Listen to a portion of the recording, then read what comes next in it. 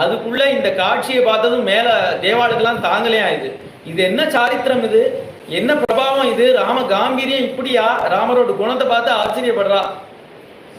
சீதாதேவியே தியாகம் பண்ற அளவுக்கு வந்துட்டாரே ஜனங்களுக்காக, நாளைக்கு ஜனங்கள் ஒரு வார்த்தை சொல்லிடுவாங்கிறதுக்காக தானே இப்படி பண்றாரு.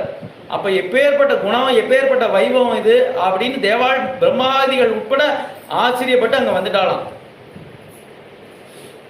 சிவபெருமான் என்ன பண்றார், மெனக்கிட்டு சொர்க்கலோகம் போய் அந்த தசரதரை அழைச்சுன்னு வரலாம்.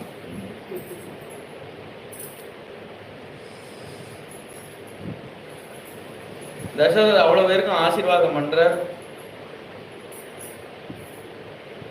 உனக்கு ஏதாவது வேணுமா, உன்கிட்ட நான் ரொம்ப பிரசன்னமாயிட்டேன்பா, என் வார்த்தையை சத்தியம் பண்ணணும்னு எவ்வளவு கஷ்டங்களை நீ அனுபவிச்ச, எப்பேற்பட்ட வைபவங்களை நீ பண்ணியிருக்க, எப்பேற்பட்ட காரியங்களை சாதிச்சிருக்க நீ, நான் ஏதோ ஒரு வார்த்தை கொடுத்துட்டேன் அப்படிங்கிறதுக்காக நீ இவ்வளவு கஷ்டம்